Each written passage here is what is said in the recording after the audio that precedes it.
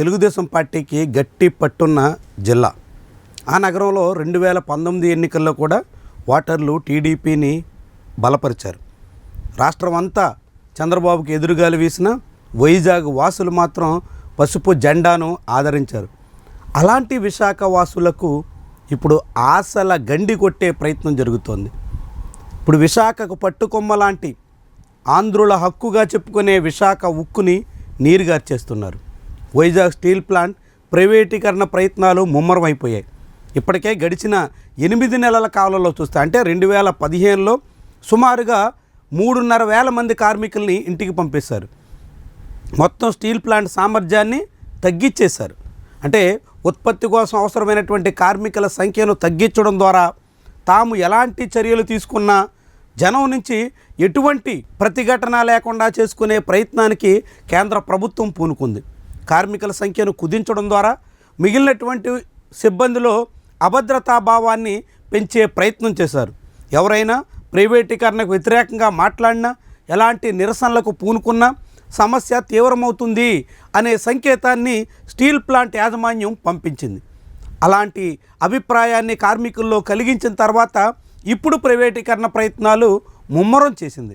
ఏకకాలంలో 32 విభాగాల్ని ప్రైవేట్ సంస్థలకు అప్పగించే ప్రయత్నానికి పూనుకోవడం ద్వారా వైజాగ్ స్టీల్ ప్లాంట్ని త్వరలోనే సంపూర్ణంగా ప్రైవేటు వ్యక్తుల చేతుల్లో పెట్టేసే ప్రయత్నానికి సిద్ధమవుతోంది.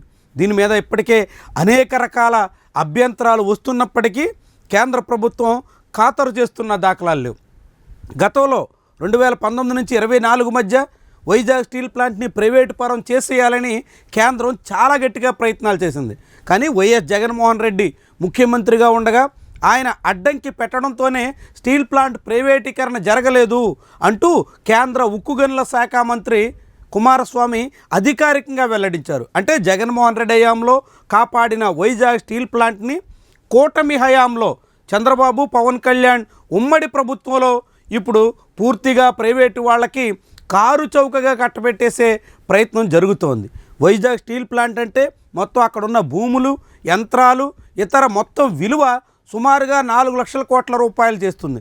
అలాంటి 4 లక్షల కోట్ల రూపాయలు విలువైన ప్లాంట్ అంటే ఆంధ్రప్రదేశ్ ఒక ఏడాది మొత్తం రాష్ట్ర ప్రభుత్వ బడ్జెట్ కన్నా ఎక్కువ. అంటే బడ్జెట్ కన్నా ఇంకా దాదాపు 75% అధికంగా ఉంటుంది.